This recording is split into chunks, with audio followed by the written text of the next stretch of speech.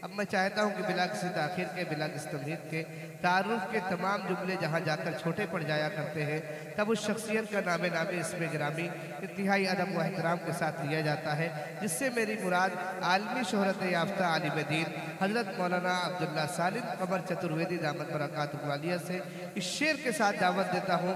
मुसलमान जब कभी अपने नबी की बात करते हैं तो गोया जिंदगी ही जिंदगी की बात करते हैं। न छू पाए जिब्राइल जिसकी मंजिल अव्वल, न छू पाए जिब्राइल जिसकी मंजिल अव्वल। आज ज़मीं पर हम उस शख्सियत की बात करते हैं, आज ज़मीं पर हम उस शख्सियत की बात करते हैं। मुसलमान है मगर हर धर्म का सम्मान करते हैं, मुसलमान है मगर हर धर्म का सम्मान करते हैं। नज़र गीता पे है कुरान पर ईमान रखते हैं, नज़र गीता पे है कुरान पर ईमान रखते हैं। सनद गद्दार होने की कहाँ से आप लाएंगे, सनद गद्दार होने की कहाँ से आप लाएंगे। हम तो अपने दिल में हुब्बे हिंदुस्तान रखते हैं। इस शेर के साथ में हिंदुस्तान के मायनाज आलिम दीन, मायनाज खतीब, बेबाक खतीब हज़रत मौलाना अब्दुल्ला सालिम साहब दामत बरकातुहु वालिया तशरीफ़ लाए। अपने मवाइज़ हसना से हम तमाम सामीन के कुलूब को महजूब फरमाएँ। अस्सलामु अलैकुम वरहमतुल्लाहि वबरकातुहू। अल्हम्दुलिल्लाहिल्लज़ी अब्दअल अख़लाक़ वल अर्ज़ीन वस्सलातु वस्सलामु अला मन कान नबिय्यन व आदम बैनल माइ वत्तीन। अम्मा बअद फ़अऊज़ु बिल्लाहि मिनश शैतानिर रजीम। बिस्मिल्लाहिर रहमानिर रहीम। इन्न हाज़ल क़ुरआन यहदी लिल्लती हिय अक़वम। वक़ाल अल्लाहु तबारक व तआला फ़िल क़ुरआनिल मजीद शहरु रमज़ानल्लज़ी उन्ज़िल फ़ीहिल क़ुरआन हुदल लिन्नास। सदक़ल्लाहुल अज़ीम। क़ाल रसूलुल्लाहि सल्लल्लाहु अलैहि वसल्लम मन क़रअ हरफ़न मिन किताबिल्लाह फलहु बिही हसनतुन वल हसनतु बिअश्रि अम्सालिहा। वक़ाल अन्नबिय्यु सल्लल्लाहु अलैहि वसल्लम इन्नल्लाह यरफ़अु बिहाज़ल किताबि अक़वामन व यज़अु बिहिल आख़रीन। औ कमा क़ाल अन्नबिय्यु अलैहि सलातु वस्सलाम। In the name of Allah, the most gracious, the most merciful. My Lord, expand me my grace, it is my task for me. Remove the impediment from my speech so they may understand what I say. राजा तु धर्मस्य तु स्यात् प्रजानां चोपकारकः। धर्मेण यो भर्ता स्वराज्यानात् यज्ञ स्मृतः। दातव्यमिति यद्दानं दीयतेनुपकारिणे। देशे काले च पात्रे च दानं तद्दानं सात्विकं स्मृतम्। संगच्छध्वं संवदध्वं समवो मनांसि जानताम्। ओम नमः भगवते वासुदेवाय विश्वेश्वरा आदि पुरुष अपरंपार अल्लेख पुरुषा नमः। सदर मुहतरम उलमाए किराम, गयूर मुसलमानों, पर्दे में बैठी हुई हमारे समाज की इज्जतदार माँ और बहनों, ये महफिल कुरान करीम और सीरतुन नबी सल्लल्लाहु अलैहि वसल्लम की निस्बत पर मुनाक़िद की गई। अल्लाह के नबी की निस्बत भी बहुत बड़ी चीज़ है और कुरान करीम भी अल्लाह का फाइनल और आखिरी संविधान है।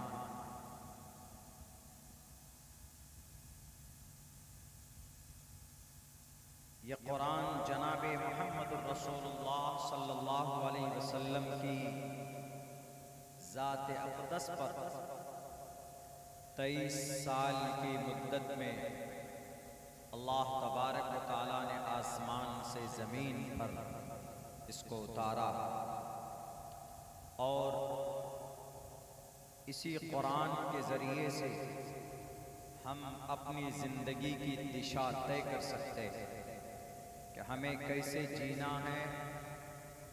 हमें अल्लाह ने इस दुनिया में पैदा किया है, हमें क्या करना चाहिए और क्या नहीं करना चाहिए। मगर जिस दर्जे की मोहब्बत कुरान से मुसलमानों को होना चाहिए, उस तरह की मोहब्बत का इजहार हम कर नहीं पा रहे हैं। अमल के एतबार से भी नहीं, और 24 घंटे की ज़िंदगी में कुरान से हमारी कितनी उनसियत और उल्फत और मोहब्बत है, हर किसी को मालूम।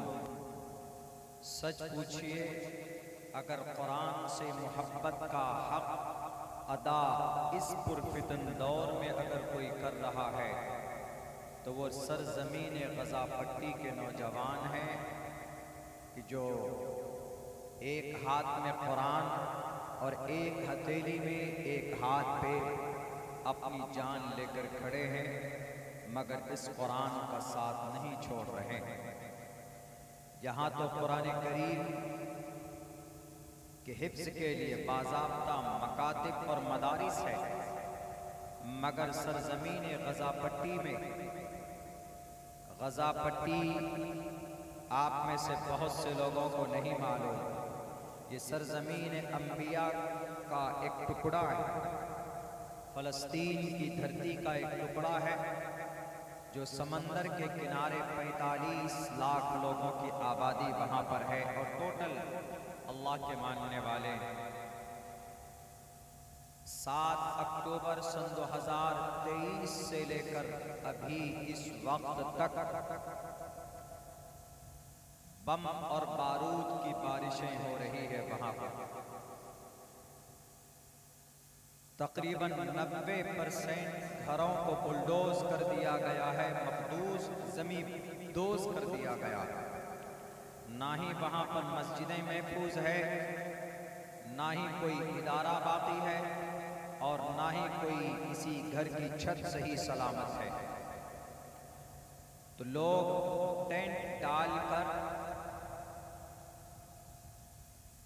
रहते हैं, कैंप बना दिया गया है और उस कैंप में अपनी जिंदगी गुजार रहे हैं। आपको शायद इस आंकड़े के बारे में जानकारी ना हो, बता दूं, जब से जालिम यहूदी का हमला वहां पर शुरू हुआ है, तब से लेकर आज तक हाफिज़े कुरान की पैदावार में सरजमीन गज़ा पट्टी में उनकी तादाद कई गुना, उनकी तादाद में इजाफा हुआ। तकरीबन 50,000 से कहीं ज़्यादा हाफिज़े कुरान इन 2023 7 अक्टूबर से लेकर अभी तक इन दिनों के अंदर तकरीबन 50 से 53,000 हाफिज़े कुरान वहाँ नए पैदा हो गए। कहाँ पर कुरान करीम हिफ्ज़ करते हैं? वो टेंट के नीचे जो खेमा लगा हुआ है उसके नीचे बच्चे पढ़ते हैं।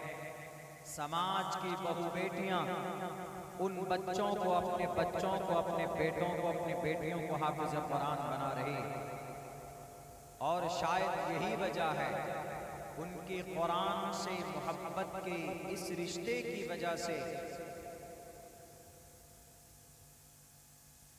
तकरीबन कई हजार टन बारूद गिराने के बाद, कई हजार RDX बरसाने के बाद भी गज़ा पट्टी दुनिया के वजूद से मिटा नहीं है। उसकी बड़ी वजह लोग ये बताते हैं हमारे अकाबिर, चूँकि उन्होंने एक हाथ से कुरान को मजबूती के साथ पकड़ रखा, वरना एक तरफ दुनिया की दूसरी बड़ी सुपर पावर ताकत है, दूसरी बड़ी सुपर पावर, पहली बड़ी सुपर पावर अमेरिका, और जब से ये जालिम कुर्सी इख्तिदार पर बैठा है उसने कह दिया है अपने छोटे भाई को यहूदियों को कि तुम जो होता है तुम करो, गजा पट्टी पर कब्जा करो और लोगों को कहो कि जहां जाना है जाओ। तब से इनका हमला फिर से शुरू हुआ और बढ़ा, मगर वहां के मुसलमान, वहां की माएँ, वहां की बहनें, वहां के बच्चे और वहां के उम्र दराज सब यही कहते हस्बुनल्लाहु व निअमल वकील, हमें अल्लाह काफी। और अल्लाह का जो कानून, अल्लाह का जो ज़ाब्ता इस ज़मीन पर कुरान है, वो एक हाथ में मजबूती के साथ थमे हुए। उलमा लिखते हैं कि दुनिया की दूसरी बड़ी सुपर पावर ताकत ने पूरी कोशिशें और पूरी ताकत आजमा ली, मगर 2 साल काफी होते हैं किसी भी मुल्क को दुनिया से मिटाने के लिए। हिरोशिमा जापान में अमेरिका ने एटम बम गिराया था तो कई लाख लोग मिनटों सेकंडों के अंदर भूसा बनकर रह गए थे, मगर उनसे कहीं ज्यादा पुरतशद्दुद हमला इस वक्त गजा पट्टी की धरती पर 2 साल, पौने 2 साल हो चुके। अगर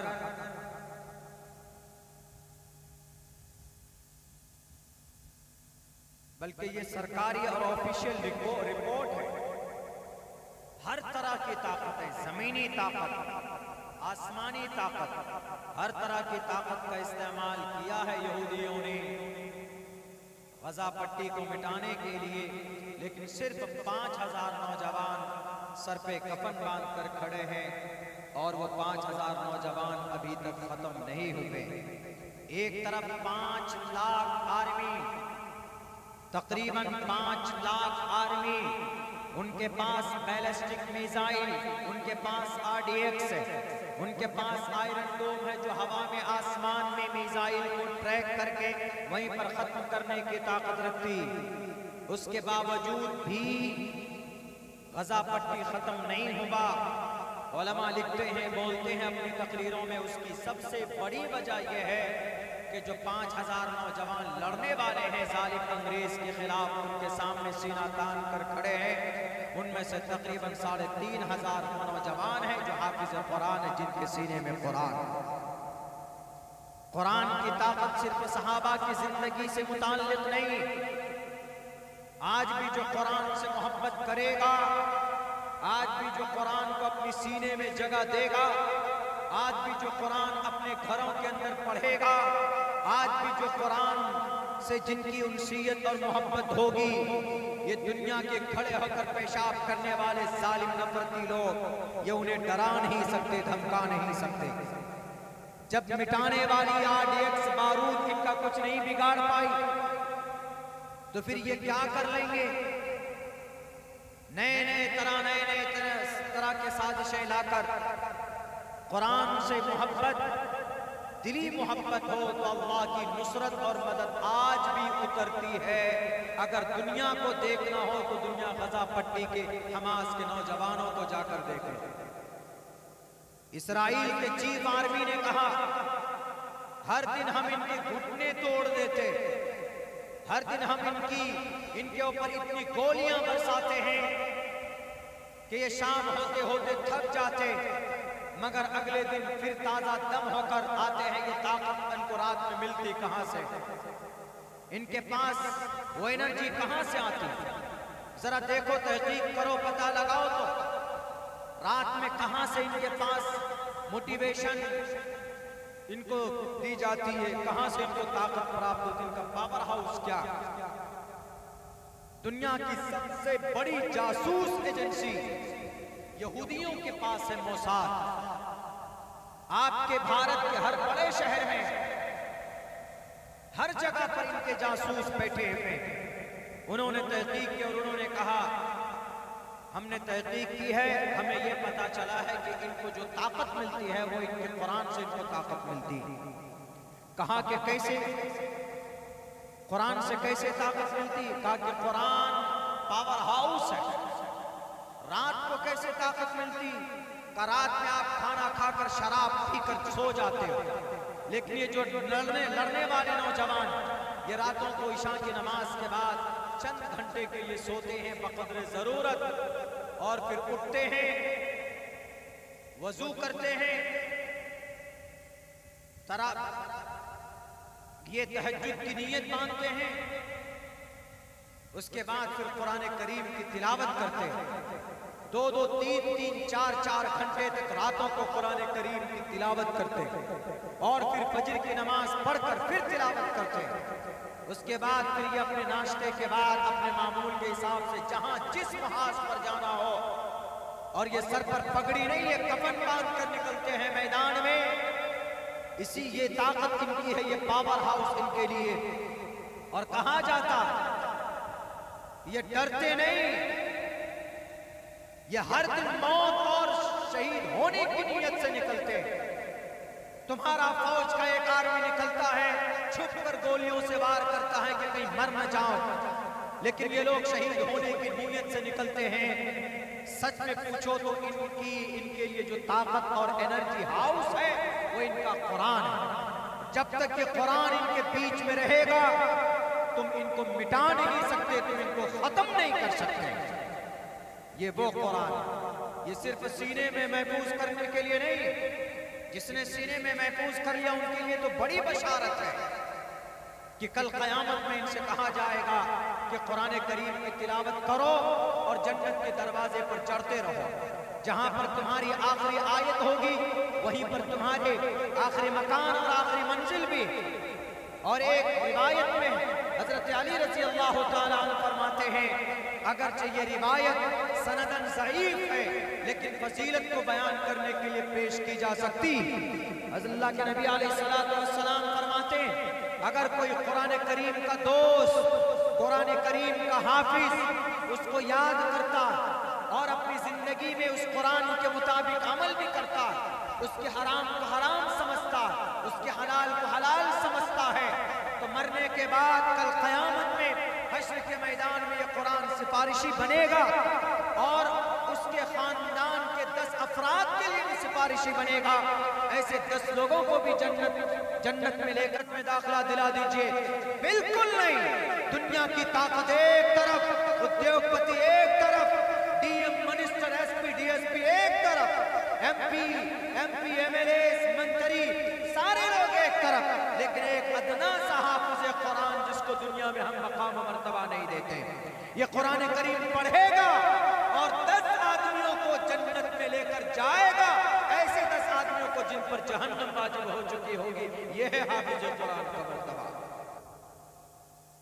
यहां पर भी मकाम मर्तबा बुलंद, जैसे भी हजरत मौलाना ने बयान किया कि जिसके सीने में जहां पर भी कुरान रहेगा उस जगह की हिफाजत होगी, चूंकि इन्ना नहनु नज़्ज़लना ज़िक्र व इन्ना लहु लहाफ़िज़ून। और फिर अगर हम चाहते हैं कि हमारी जिंदगी पुरसुकून हो, पाकीज़ा जिंदगी हो, माशरे के अंदर इस्लाह हो, तो हमें कुरान करीम से रिश्ता मजबूत करना होगा उलमाए किराम के जरिए से। आज जितने भी खुराफात है कुरान में मना किया गया है, और जो कुछ भी हम करते हैं उम्मत मुस्लिमा में है वो कुरान करीम ही का ऑर्डर है। मिसाल के तौर पर एक छोटा सा मसला है, सपोज दैट अभी बहुत ज्यादा वावेला मचा हुआ, वक्त का मामला लीजिए। वक्त का मतलब दान है। लोग कहते हैं कि अरे ये मुसलमानों में कहां से निकल आया, कुरान में कहीं पर भी लफ्ज वक्त नहीं है। तो इसीलिए ये तो मौलाना लोगों का उनकी तकरीर से है, ये मौलाना लोग अपनी दुकान बेचते हैं कि उसके अंदर में वक्त है। ये लोगों सड़कों पर आ जाओ, वक्त की प्रॉपर्टी को बचाओ। ये मौलाना लोगों की एक सियासत है, वो अपनी दुकान को बचाना चाहते हैं, बाकी रखना चाहते हैं।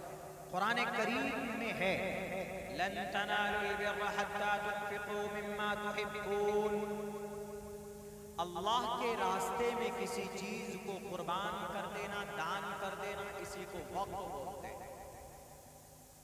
इमाम शाफी फरमाते हैं कि इस्लाम में सबसे पहले अगर दान किसी ने किया है तो जनाब मोहम्मद रसूलुल्लाह सल्लल्लाहु अलैहि वसल्लम ने किया। कुरान के अलावा और ग्रंथ में देखिए, सनातनी भाइयों की किताब में है, श्रीमद् भगवत गीता में भी दान, दातव्यमिति यद्यानम दीयतेनुपकारिणे देशे काले च पात्रे च तद्दानम सात्विकम स्मृतम। 17 अध्याय मंत्र नंबर 20।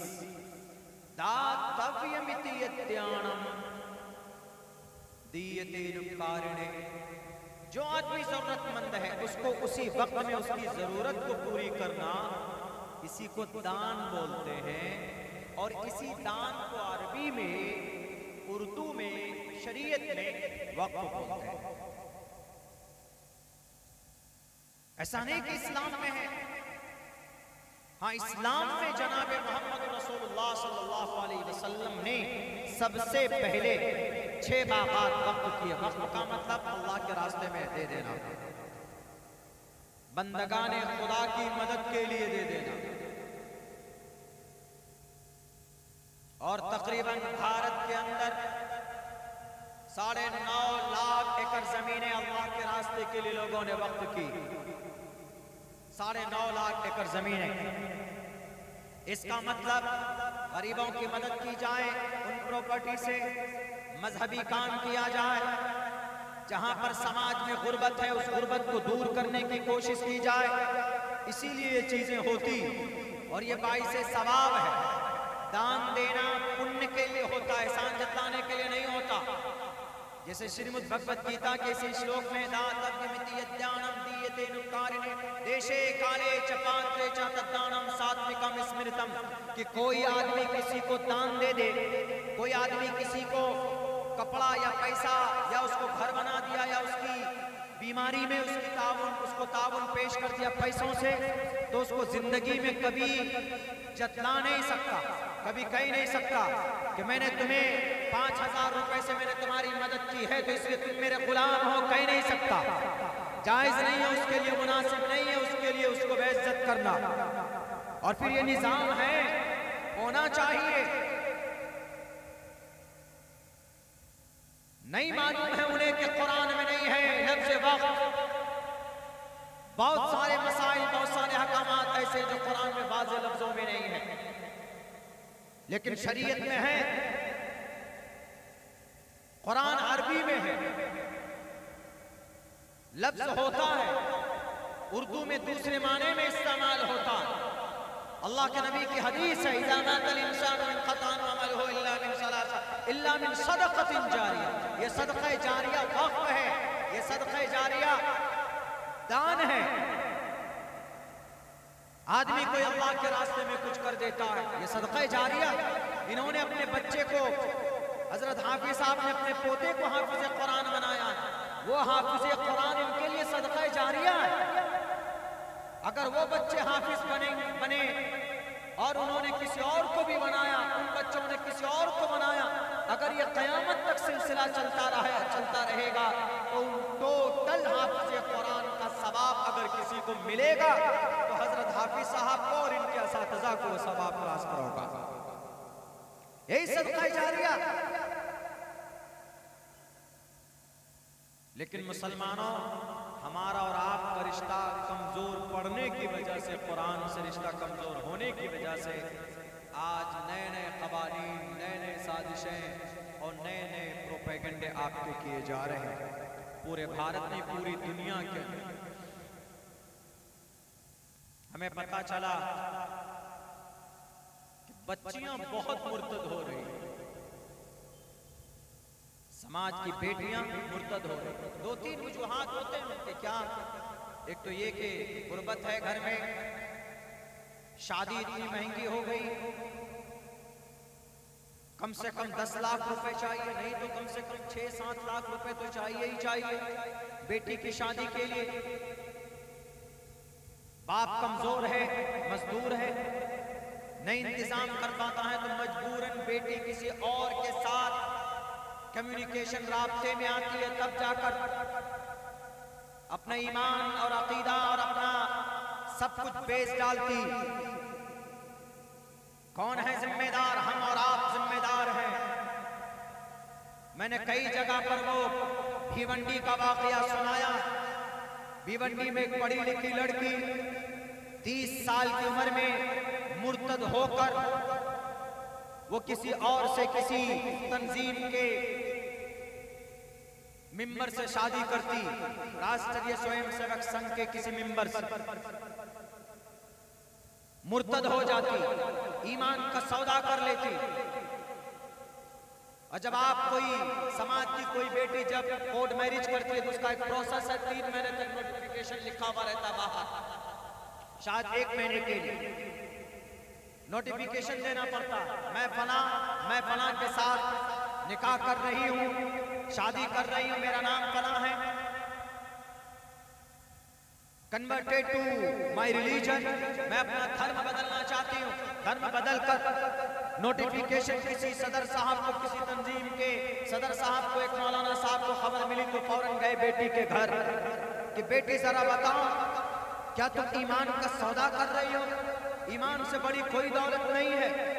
30 साल की उम्र में पढ़ी लिखी होकर तुमने ये कदम क्यों उठाया है? उन्होंने कहा कि मजबूरन हमने ये कदम उठाया। आप लोग अभी आए, अब से पहले कहाँ थे? मेरा बाप मेरे बचपने में जब फौत हो गया, मेरी माँ जब बर्तन मांज कर हम लोगों को पढ़ाती थी, और आज मेरी माँ को दवा की जरूरत है, आज हमें घर का रेंट चाहिए। ये सारे अखराजात अगर कोई पूरी मुकम्मल करता है, उठाता है, तो यही आरएसएस का नौजवान उठाता है, जिसको आप कहते हो ये तुम्हारे लिए जायज नहीं इससे निकाह करना। आज तक आप लोग कहाँ थे? समाज के अंदर लाखों करोड़ों रुपए का ज़कात निकाला जाता है, वो ज़कात के पैसे कहाँ खर्च होते? मिल्ली तंजीमों में करोड़ों रुपए के चंदे होते, क्या वो चंदों के वो जो पैसे कलेक्शन के जमा होते, वो पैसे कहाँ जाते?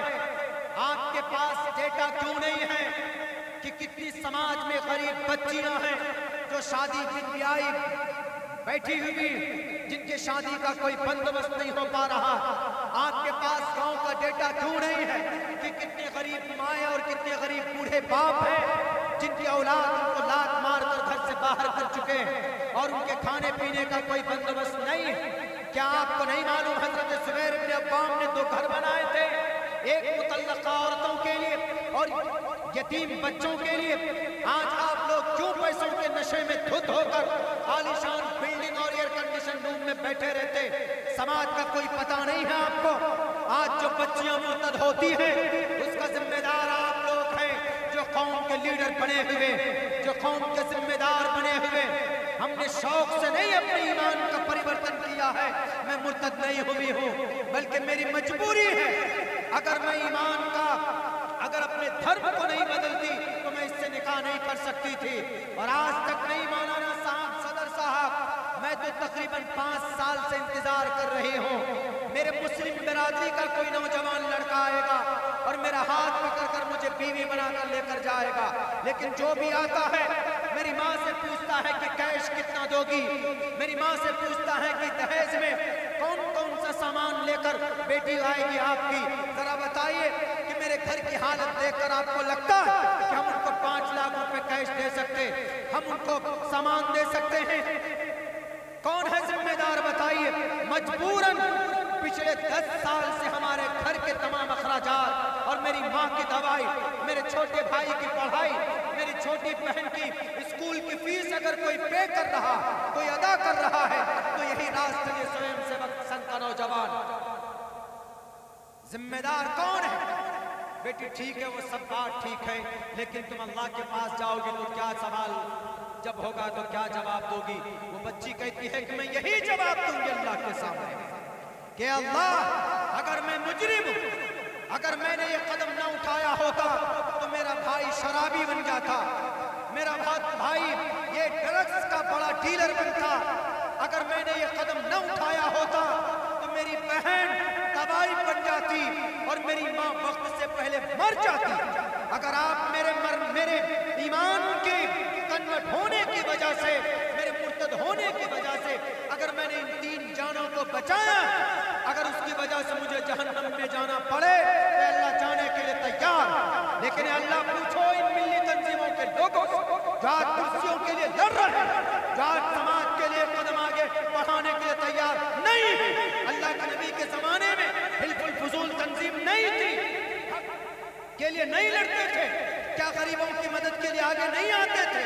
आज ये कौम भटक रही है। आज इस कौम के जो गरीब तबका है उसको देखने वाला कोई नहीं। इसीलिए अल्लाह उनसे पूछिएगा कि ज़कात के करोड़ों रुपए किनके पास गए, कहां चले जाते थे? आपने किस लिए मजबूत तंजीमें बनाई थी? कौम का एक एक फर्द जिम्मेदार, कौम का दानिश्वर आदमी जिम्मेदार। अल्लाह सवाल पूछिए उस सेठ से जो मेरे घर के करीब में है, 5 लाख रुपए अपनी बेटी की शादी में सिर्फ वो स्टेज का डेकोरेशन में खर्चा करता। 3 करोड़ रुपए का सेट अभी एक शादी में अपनी बेटी के लिए पटना के अंदर में रुपए खर्च किया। अगर वो 2 करोड़ रुपए खर्च करता गरीबों की गरीब बेटियों की शादी के लिए और 1 करोड़ रुपए अपने दामाद और अपनी बेटी के लिए खर्च करता, तो क्या ये 2 करोड़ रुपए से समाज का कल्याण नहीं होता? समाज की गरीब बच्चों की शादी नहीं होती? होती जरूर होती, लेकिन इस कौम का रिश्ता खुद टूट चुका है दीन से, शरीयत से। तो इसी गुर्बत की वजह से ऐसा हो रहा है ना। हमारे समाज में जो उद्योगपति लोग हैं क्यों नहीं करते, क्यों नहीं आगे बढ़ते? इतनी खूबसूरत, इतनी बेहतरीन शरीयत और इतना बेहतरीन निजाम अल्लाह ने हमें दिया है, इसका मिसयूज होने की वजह से देखिए, जब जब हम और आप शरीयत का गलत इस्तेमाल करते हैं तब तब अल्लाह तबारक व तआला किसी को नाफिज करता है। किसी के जरिए से तलाक का मामला था, 3 तलाक शरीयत में उसको पसंद नहीं फरमाया। हम लोग 3 तलाक देते ज्यादा, 1 2 3 जाओ। इसका मिसयूज किया हम।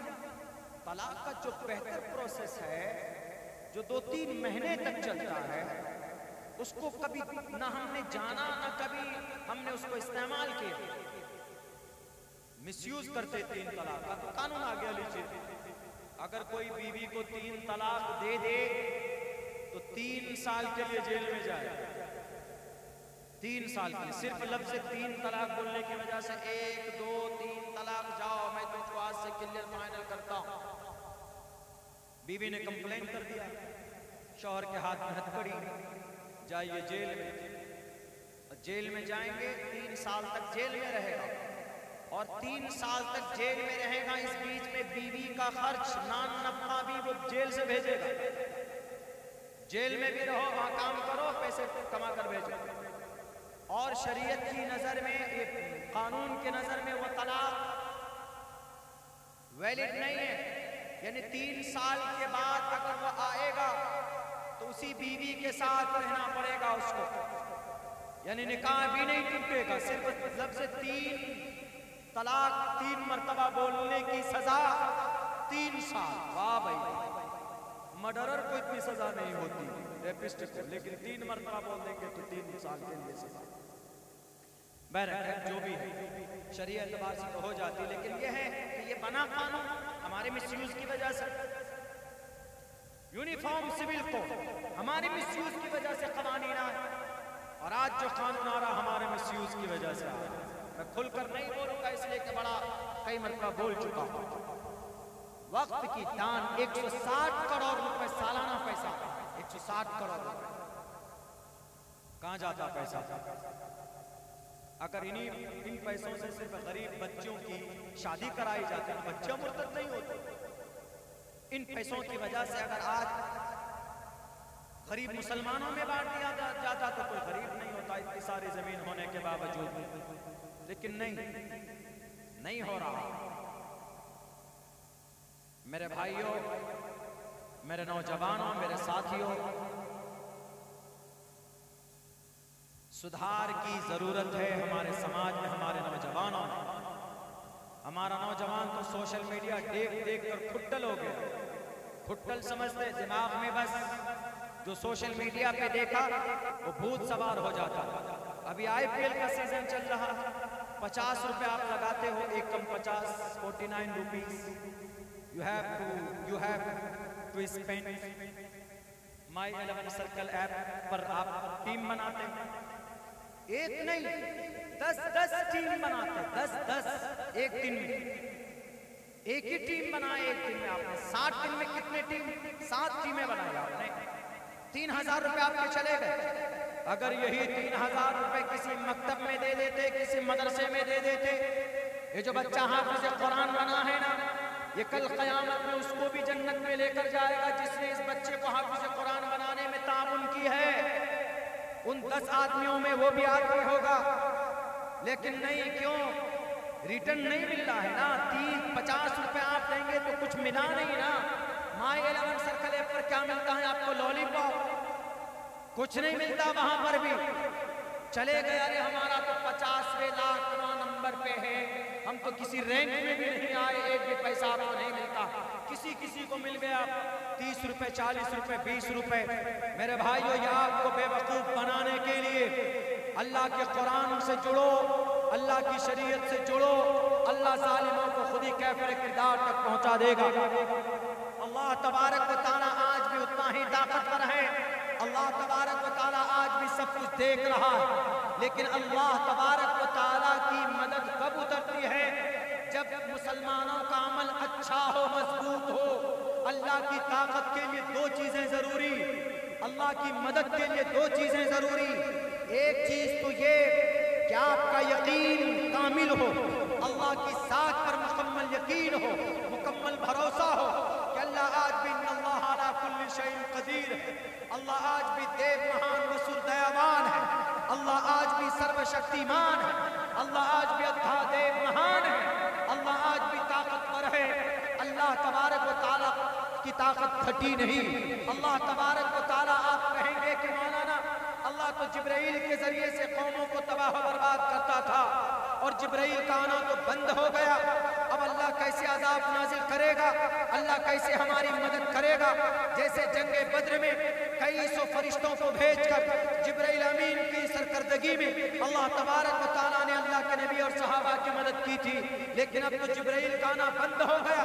नबी की नबूवत के बाद अब इस जमीन पर कोई नहीं आने वाला है, कोई फरिश्ता, तो कैसे हमारी मदद होगी? अल्लाह को किसी फरिश्ते की जरूरत नहीं है। अल्लाह तबारक व तआला को किसी सबब की जरूरत नहीं है। वो मुसब्बिबुल अस्बाब है। वो किसी जालिम को अगर काफिर किरदार तक पहुंचाना चाहता है। अरे जब हजरत इब्राहिम को आग पर बिठाते हुए, डालते हुए सिर्फ लफ्ज कुन का इस्तेमाल किया था, अल्लाह को लफ्ज कुन की भी जरूरत नहीं है। अल्लाह चाह ले तो हो जाता है। अल्लाह ने जब नमरूद के जालिम जुल्म से हजरत इब्राहिम को बचा सकते हैं, अल्लाह तबारक व तआला जब हजरत और कई अंबिया कराम को जुल्मों से बचा सकते बिना किसी फरिश्ते के, मछली के पेट में चले जाते हैं, नबी कराम अलैहिस्सलातु वस्सलाम, अल्लाह वहां पर उनकी मदद करता। अल्लाह को किसी फरिश्ते की या अल्लाह किसी सबब का मोहताज नहीं। लेकिन ये है आपका ईमान, यकीन मजबूत हो, और दूसरी चीज अमल हो, नेक अमल। अगर नेक अमल है तो इंशाअल्लाह तबारक व तआला ये 2 चीज अगर जिस कौम में हो, उस कौम में अल्लाह तबारक व तआला की नुसरत और मदद उतरी है गजा पट्टी में। अगर नहीं उतरती तो गजा पट्टी को सफाई हस्ती से मिटा दिया गया होता। जालिम को तो उसको उसकी सजा मिलेगी। संस्कृत में है एक मंत्र है, राजातो राज्यम धर्मेणे यो भारतास राज्या नाथ यज्ञ स्मृता। इसलिए पढ़ रहा हूं क्योंकि हमारे देश में राजा शास्त्रों को मानने वाले ज्यादा, इसीलिए पढ़ रहा हूं। वरना अल्लाह के नबी की हदीस भी उनसुर अखाका ज़ालिमन व मज़लूमन, जुल्म करने वाले हैं। राज्यम धर्मेण यो भारतास राज्यनाथ यज्ञ स्मृता। हकीकी राजा वही कहलाता है जो लोगों के साथ इंसाफ करता है, हकीकी राजा। और राजा को चाहिए लोगों के लिए ऐसा कानून लाए, राजा तो धर्म से तो इस्यात फरजाना मचोपकार का। राजा को चाहिए कि ऐसा कानून बनाए कि जिससे आवाम को फायदा पहुंचना चाहिए। ये 2 मंत्र। तीसरा मंत्र है, जा नरपति पर जा दुखदाता, सो नर तुरंत नर्क में हो जाता। श्री ये मनुस्मृति के मंत्र श्लोक है। क्या कहा गया कि जो आदमी या जो राजा जुल्म करता है किसी पर, सो नर्क में हो जाता तो फौरन नर्क में जाता है। मरा नहीं, नर्क में कैसे जाता है? नर्क में नाम लिखा जाता है उसका। यानी जैसा अगर कोई मुसलमान कोई गुनाह करता है, शराब पीता है, जुआ खेलता है, हमारे नौजवान बैठकर शराब पीते हैं तो फौरन कार्रवाई होती है। नेकी करते हैं तो फौरन कार्रवाई होती है। अगर कोई बुराई करता है तो उसका भी लिखने वाला मौजूद है। किरामन कातिबीन यालमून मा तफअलून, उसी को कहा संस्कृत के अंदर में, जा नरपति प्रजा दुखदाता। जो राजा या जो इंसान या जो लीडर या जो इंसान किसी को तकलीफ देता है इस जमीन पर, सो नर तुरंत नर्क में हो जाता, वो नर्क में जाता है, वो बहुत जल्द उनका नाम वहां पर लिखा जाता। मेरे समाज के नौजवानों, मेरे समाज के लोगों, आज हम लोग शराब, हमारे नौजवान बड़ी आसानी के साथ पीते, बड़ी आसानी के साथ। शराब पीना हराम है। शराब पीने के बाद कोई नौजवान, कोई मोमिन है, कोई मुसलमान अगर शराब पीता है, शराब का कतरा आप अपनी जुबान पर टपकाते हैं, उसी वक्त आपका ईमान का नूर आपके अंदर से निकल जाता है। ला यशरबुल खमर हीन यशरबु वहुव मुमिनुन, रवाहुल बुखारी, बुखारी की हदीस है। अल्लाह के नबी फरमाते, अगर कोई मोमिन, अगर कोई नौजवान शराब पीता, शराब उसके हलक में उतरता है तो फौरन ईमान निकल जाता है। हजरत मुहद्दिसीन इसकी वजाहत पेश करते कि अगर कोई नौजवान शराबी शराब पीकर नशे में धुत है, अगर नशे की हालत में उसकी मौत हो जाती है, नशे की हालत में अगर उसकी मौत हो गई तो वो कुफ्र की हालत में मरेगा, क्योंकि ईमान का नूर उसके अंदर से निकल चुका। शराब पीने के बाद गुनाह करना आसान हो जाता। अभी कलकत्ता की धरती पर एक डॉक्टर की इज्जत लूटी गई और बड़ी बेरहमी के साथ उसकी कमर की हड्डी तोड़ी गई, उसके हाथ की कलाई तोड़ दी गई। शराबी था, रेप करने वाला, उसने शराब पी रखी थी और उसने एक नहीं पांच मर्तबा समाज की बेटी की इज्जत लूटी। यह आदमी जब ही कर सकता है जब आदमी नशे की हालत में धुत होता। इसलिए नौजवानों, माशरे को मजबूत बनाना चाहते हो तो शराब से दूर रहो। शराब पीना पाक है, शराब भी हराम है। अल्लाह के नबी, बल्कि अल्लाह तबारक व तआला कुरान में कहता, या अय्युहल या इन्नमल खम्रु वल मैसिरु वल अंसाब, इन्नमल खम्रु शराब पीना, वल मैसिरु जुआ खेलना, बैठकर मोबाइल में पबजी खेलना, और आप किसी छप्पड़ के नीचे बैठकर, किसी दुकान के नीचे बैठकर अगर आप ताश खेलते, अगर आप लूडो खेलते और उसके अंदर पैसों की शर्त लगाते, ये सब के सब मैसिर जुआ। अगर आप माई 11 सर्कल ऐप पर टीम बनाते हो तो ये भी जुआ। इन्नमल खम्रु वल मैसिरु वल अंसाब, बुत परस्ती यानी मट्टी, पत्थर, लकड़ी, कंकर को अपना खुदा मानना, आग को अपना खुदा मानना, सूरज को अपना खुदा मानना, बुत परस्ती, वल अस्लाम और फाल के तीर, ये जमाने जाहिलियत में चला करते थे। अब इनका शायद वजूद नहीं है किसी न किसी दर्जे में, इसका भी कोई सबूत कहीं पर है। अलबत्ता शराब पीना, जुआ खेलना और फिर बुत परस्ती करना और फिर फाल के तीर निकालना, रिजसुम मिन अमल शैतान, ये सब के सब शैतानी बलाएं, ये सब के सब शैतानी करतूत, ये सब के सब शैतानी अमल है। अगर मुसलमान ऐसा करेगा, शराब पिएगा, मुसलमान झूठ बोलेगा, मुसलमान चोरी करेगा, मुसलमान गीबत करेगा, मुसलमान चुगलखोरी करेगा, मुसलमान सूद खाएगा, मुसलमान रिश्वत लेगा, तो आपके ऊपर अगर कोई कानून बनता है तो सजा भुगतने के लिए तैयार हो जाओ। क्यों? क्योंकि हमारे और आपके अमले बद की वजह से अल्लाह की तरफ से ये इस तरह के कवानीन मुसल्लत होते हैं।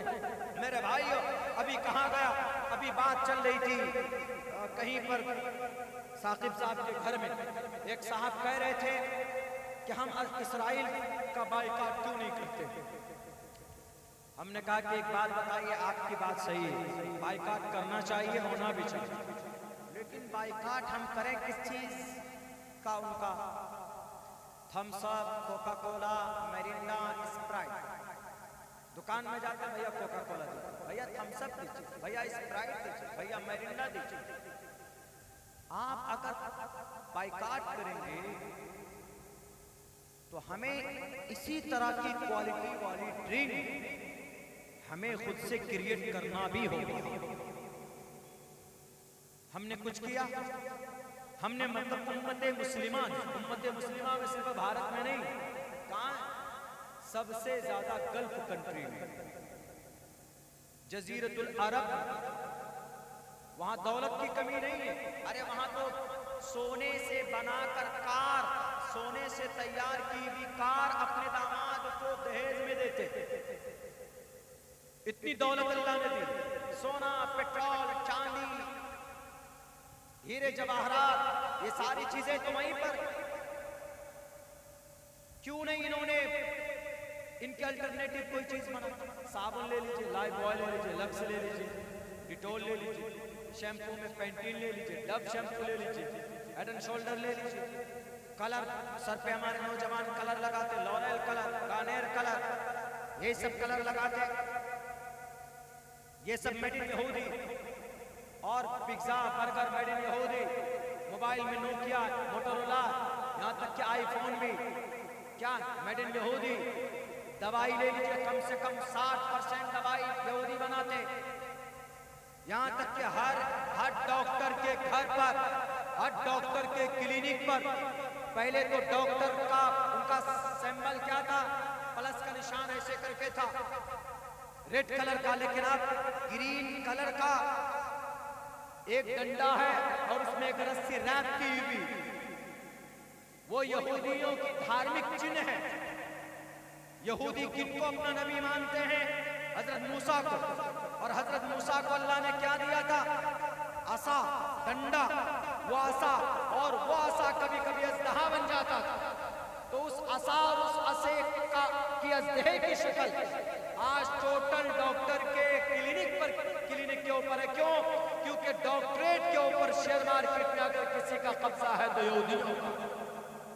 आप किस चीज में उनका बाइकाट करें? हर घर में डिटोल, हर घर में लाइफ बॉय, हर घर में लक्स, हर घर के अंदर में डब शैम्पू, डब साबुन है। हमारे लोगों ने तो कुछ नहीं बनाया। वक्त आता तो बाइकाट करो, बाइकाट करो। हमारी बेटी पर्दे में पढ़ने जाएगी, हाँ ठीक है जाएगी पर्दे में पढ़ने के, लेकिन क्यों वो लोग नहीं देंगे आपकी बेटी को पर्दे में पढ़ने के लिए? चूंकि कॉलेज उनका, यूनिवर्सिटी उनकी, हमारे पास यूनिवर्सिटी नहीं। भारत के अंदर बताइए मुसलमानों की कौन सी यूनिवर्सिटी? भारत के अंदर जरा बताइए कि मुसलमानों के लिए कौन सा हॉस्पिटल है?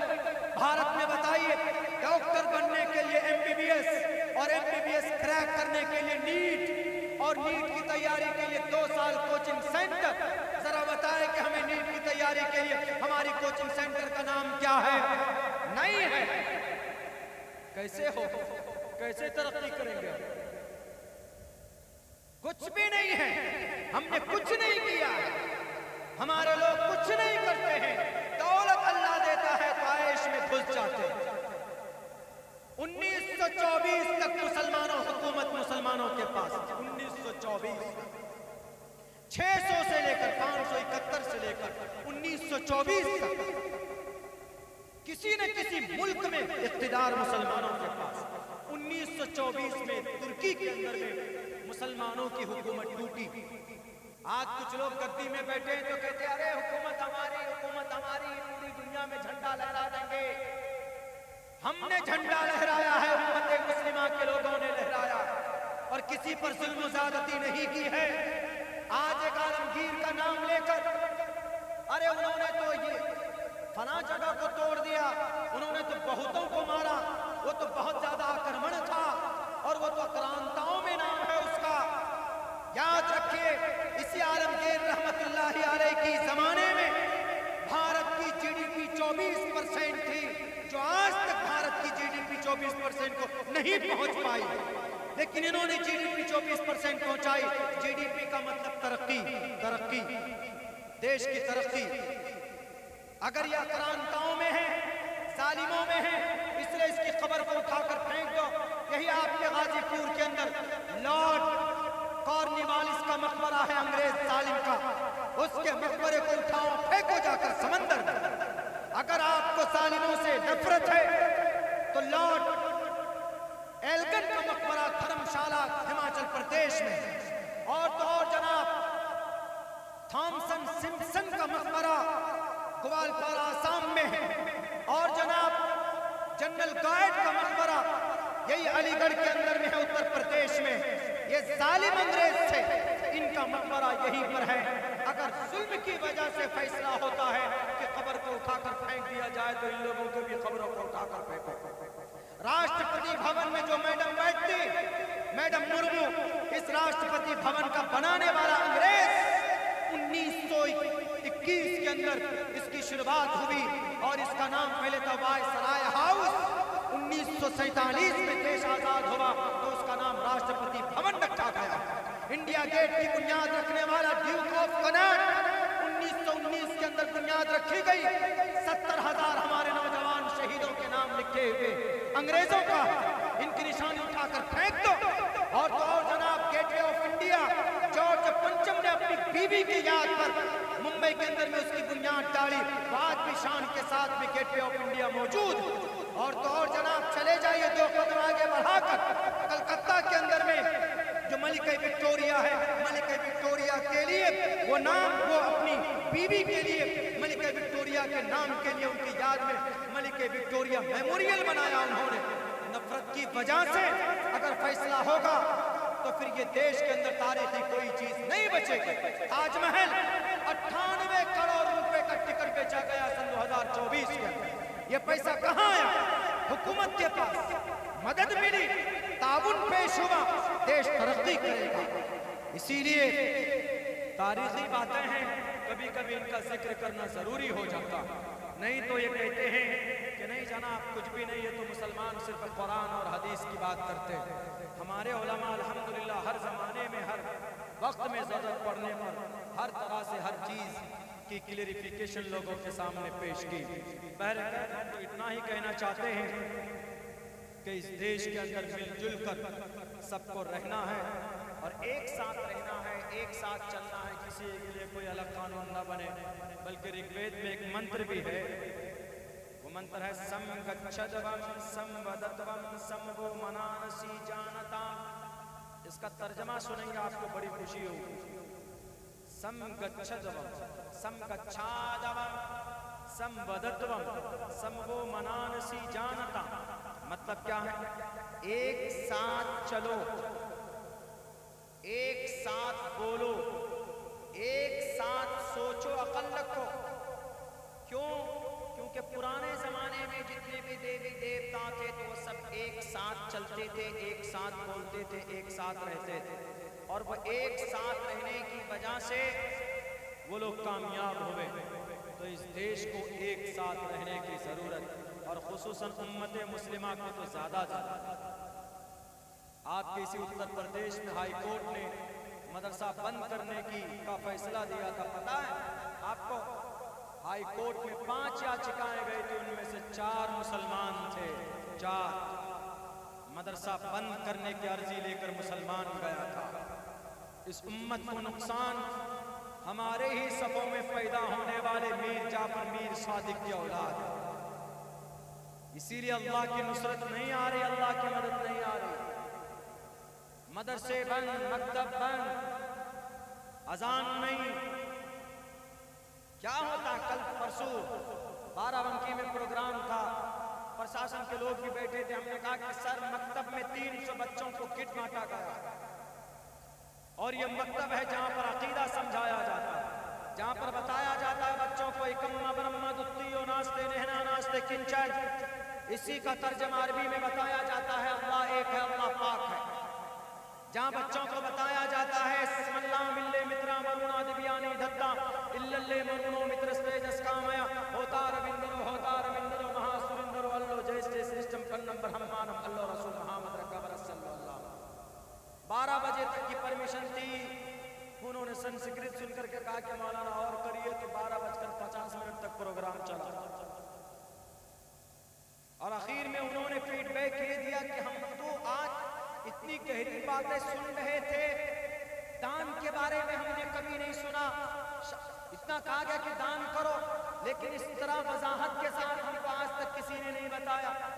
एक साथ मिलकर रहो, आज तक हमें किसी ने नहीं बताया। आज तक हमें कहा कि ये शूद्र है, या ब्राह्मण है, या ठाकुर है, या आदिवासी। यहाँ तो कहा गया कि संगच्छादवम संवदत्वम संगो मनानसी जानता। उनका स्टेटमेंट है, क्यों अच्छी बात है, यकीनन अच्छी बात है।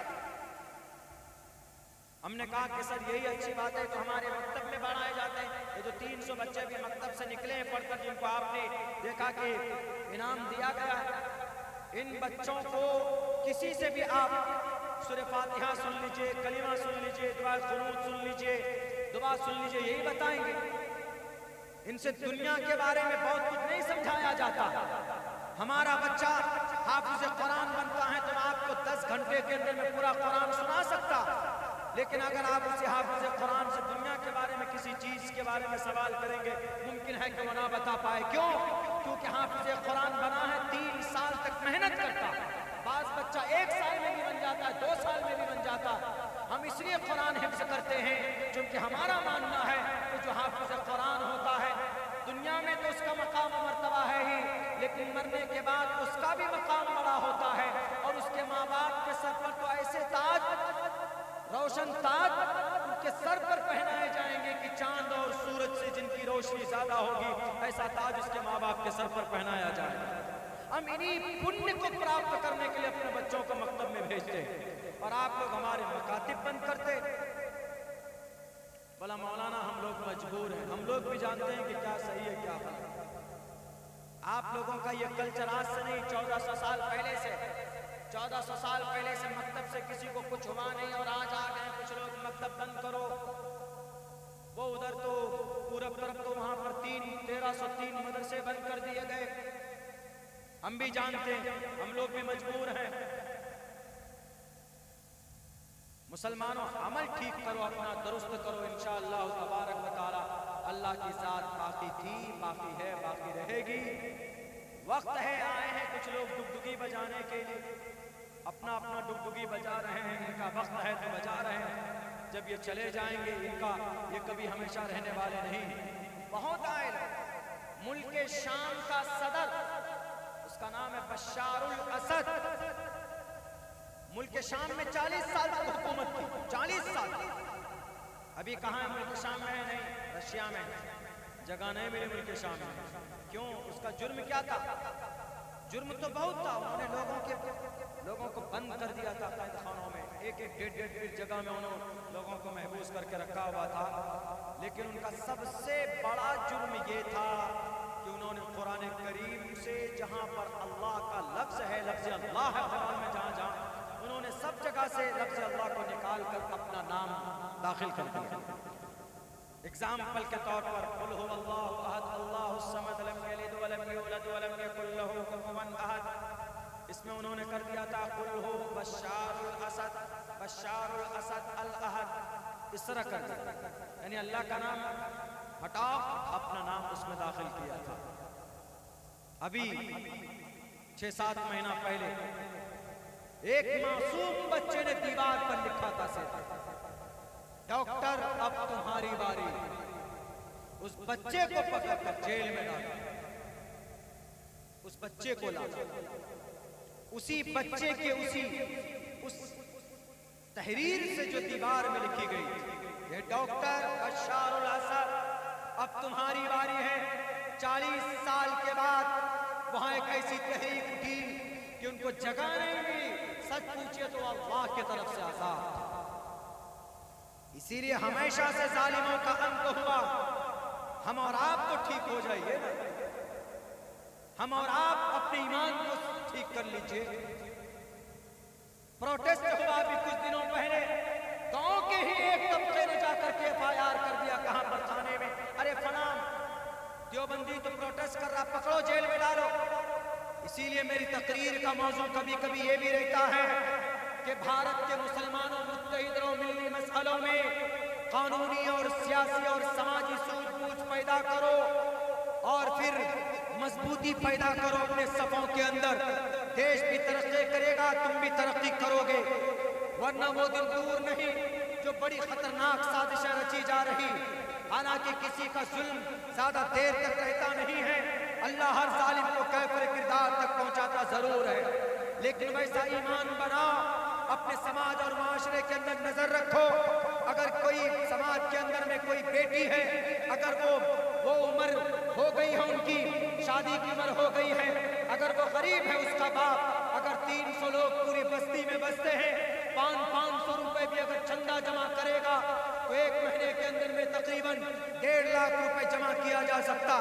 एक साल में तकरीबन 18 लाख रुपए जमा हो सकता, और 18 लाख रुपए में कम से कम 5-6 बच्चे की शादी गांव के अंदर में की जा सकती।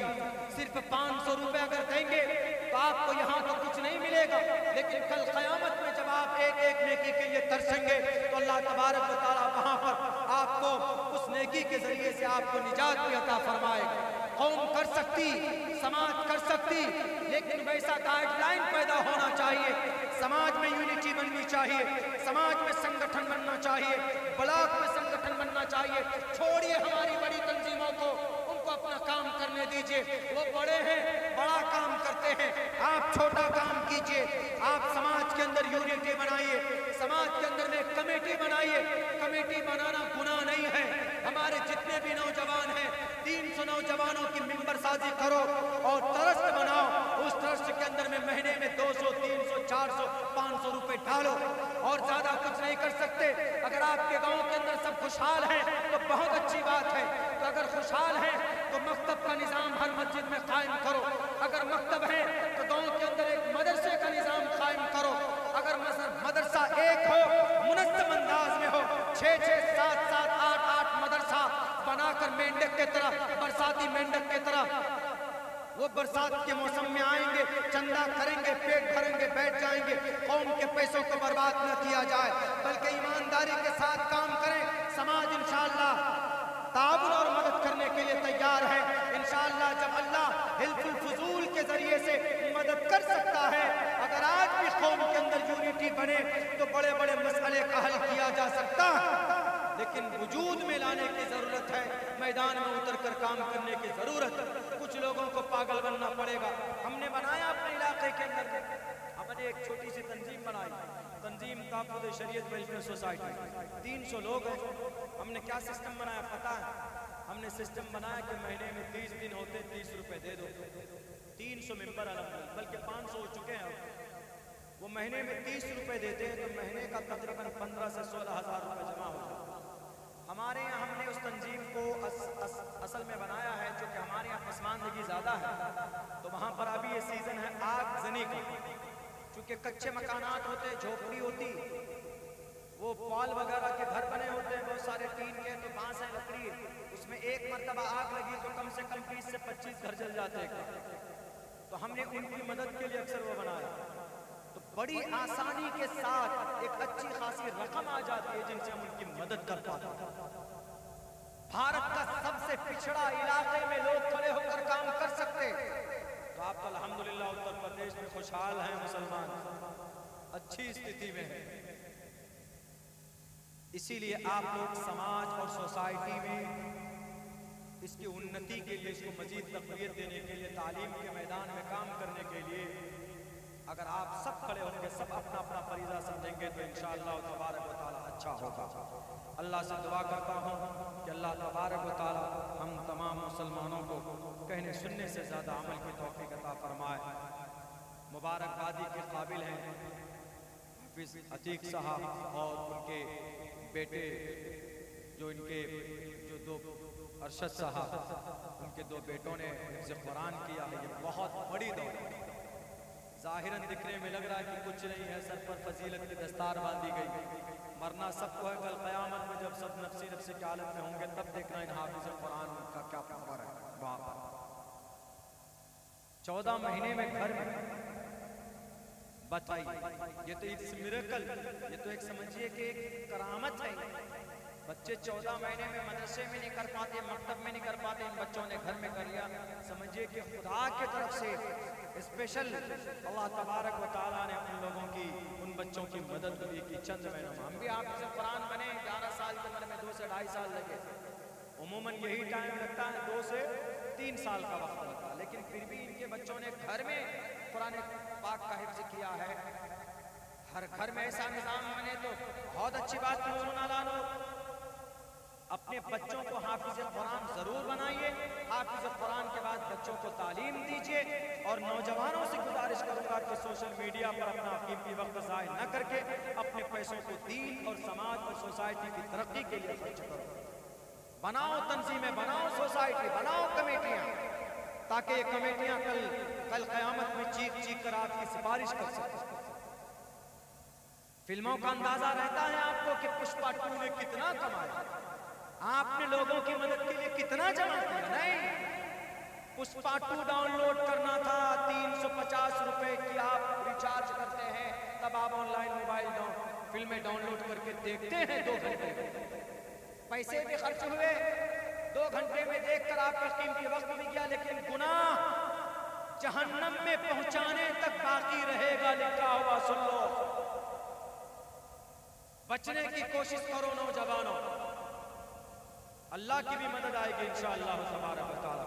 अल्लाह से दुआ करता हूँ अल्लाह सुब्हानहू व तआला हमें कुरान से मोहब्बत की तौफीक दे और समाज और माशरे में एक कोई अच्छा काम करने की हिम्मत और इस्तिकामत दे।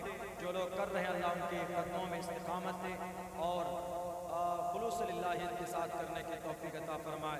बहुत बहुत शुक्रिया, जज़ाकल्लाह। अस्सलामु अलैकुम व रहमतुल्लाहि।